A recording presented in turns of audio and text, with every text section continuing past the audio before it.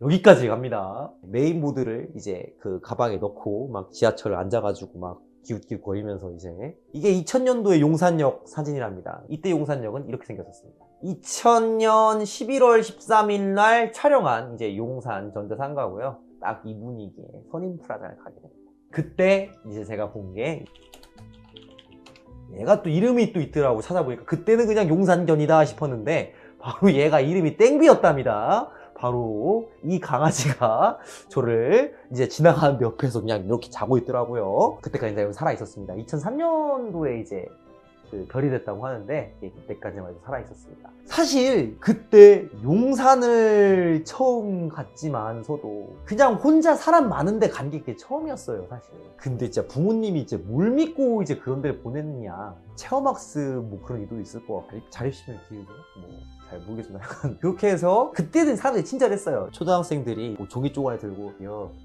어떻게 가면 돼요?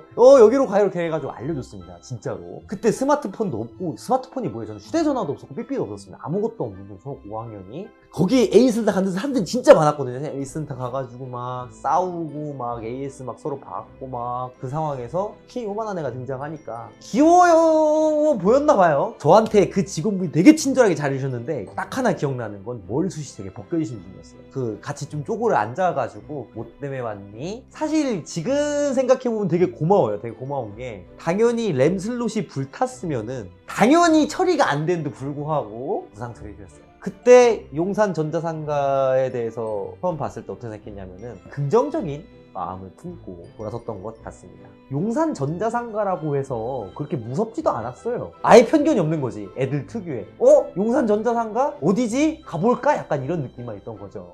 그러고 나서 나중에 된통 당하게 되는데 그것은 또 다음 얘기에 또 이때 당시 유니텍에 가서 AS를 잘 받았다. 이따위로 된 메인보드를 갖다가 AS를 무료로 해주신 그 직원분께 다시 한번 감사의 말씀 드린다는 것. 그때 다시 그 시절로 돌아간다면 굴다리에 CD 판매하는 상인에게 가서 좋은 거 있냐고 물어보고 싶어요. 그때 그 청취는 그때밖에 못 느끼잖아요. 그게 참 아쉽습니다. 여기까지 하겠습니다. 감사합니다. 충성! 유니텍 정말 고마웠어요.